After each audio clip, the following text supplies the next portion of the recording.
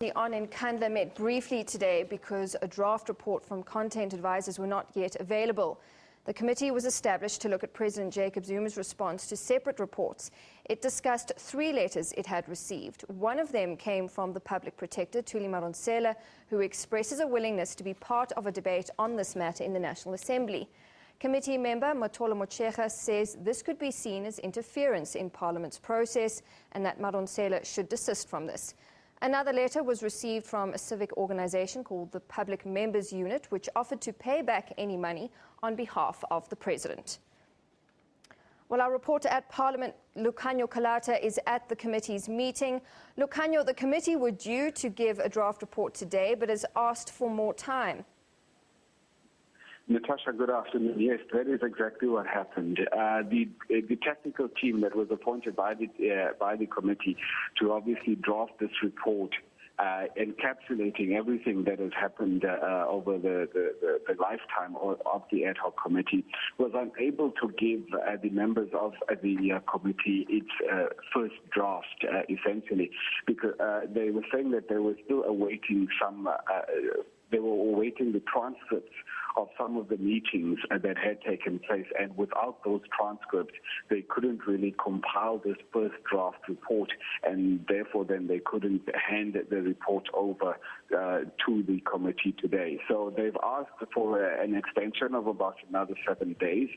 So we do expect them to come back next week, Thursday, with a draft report, or at least the first draft report, to be handed to the members of the committee.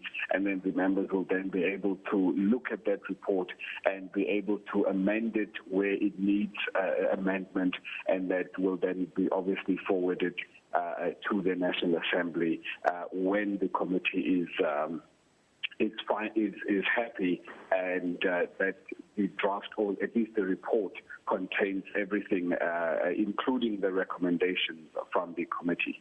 All right, Lukhanyo, can you tell us more about the contents of those letters? Well, the contents, firstly, of the letter from the public protector, basically, the public protector had written to Parliament saying that she calling on Parliament essentially to get this matter in front of the National Assembly and for it to be debated. But the members of the committee, which are, well, now members of the ANC, considering that the opposition party members had all since walked out of this committee and are no longer part of it. Basically, the ANC then said that, look, they do not believe that this matter should be debated at this stage. They say that they are, as the committee, they are seized with it, and therefore the public protector, must just wait like everybody else for the matter, because it will eventually make its way to the National Assembly, where it will then be debated. Dr. Matolo Mochega, the former chief whip of the ANC, did allude to the fact that the public protector in the letter was interfering with the work of Parliament, and that just like as Parliament cannot interfere with the work of institutions such as the Office of the Public Protector must now desist from coming out and telling Parliament how it must conduct its business.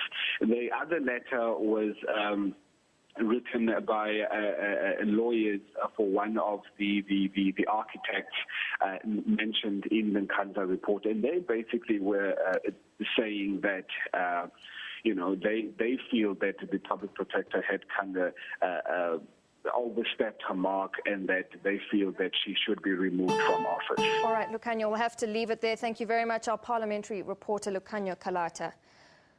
Well, moving on now.